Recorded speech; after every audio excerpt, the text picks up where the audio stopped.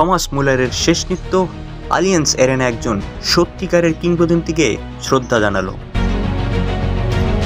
10 মে 2025 Thomas Muller Bayern মিউনিখের হয়ে তার শেষ হোম ম্যাচটি খেলেন। ক্লাবের সাথে দীর্ঘ 25 বছরের এক অসাধারণ যাত্রার সমাপ্তি ঘটান।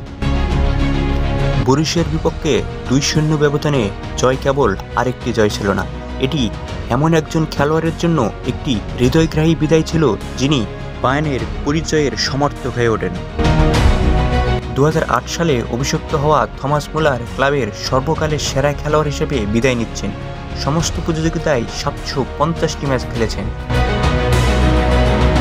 বায়ার্নে থমাস মুলারের ক্যারিয়ারটা শিরোপা দিয়ে সজ্জিত। 13টি বুন্দেসলিগা, 6টি ডিএফবি পোকাল, 2টি উয়েফা চ্যাম্পিয়ন্স লিগ এবং 2টি ক্লাব বিশ্বকাপ। তার ব্যক্তিগত প্রশংসা সমানভাবে চিত্তাকর্ষক, যার মধ্যে রয়েছে 221টি বুন্দেসলিগার সহায়তা এবং 150টি গোল।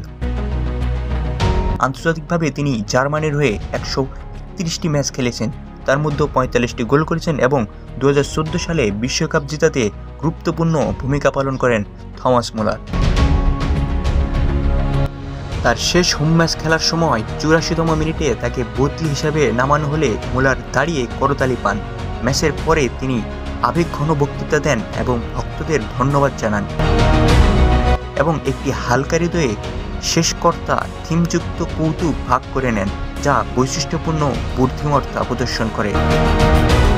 আলিয়ান্স অ্যারেনা শ্রদ্ধাঞ্জলি দিয়ে সজ্জিত ছিল, যার মধ্যে তার নাম সম্বলিত একটি বিশাল টিকো এবং ক্লাব সভাপতি তাকে একটি স্মারক ফলক এবং ফুল দিয়ে প্রদান করেন। যদিও বায়ার্ন মিউনিখ তার চুক্তির মেয়াদ বাড়ানোর সিদ্ধান্ত নেয়নি, মুলারের অবিলম্বে অবসর নেওয়ার সম্ভাবনা নেই। তার পরবর্তী পদক্ষেপ নিয়ে জল্পনা চলছে। সৌদি প্রো লিগ তার পরবর্তী গন্তব্য হতে পারে, কিন্তু তিনি যেখানেই যান না কেন অনেকের আশা করছেন যে তিনি বায়ার্নের কোচিং বা ফ্রন্ট অফিসের ভূমিকায় বিভিন্নভাবে ফিরে আসবেন। থমাস মুলারের বিদায় বায়ার্ন মিউনিখের জন্য একটি যুগের সমাপ্তি।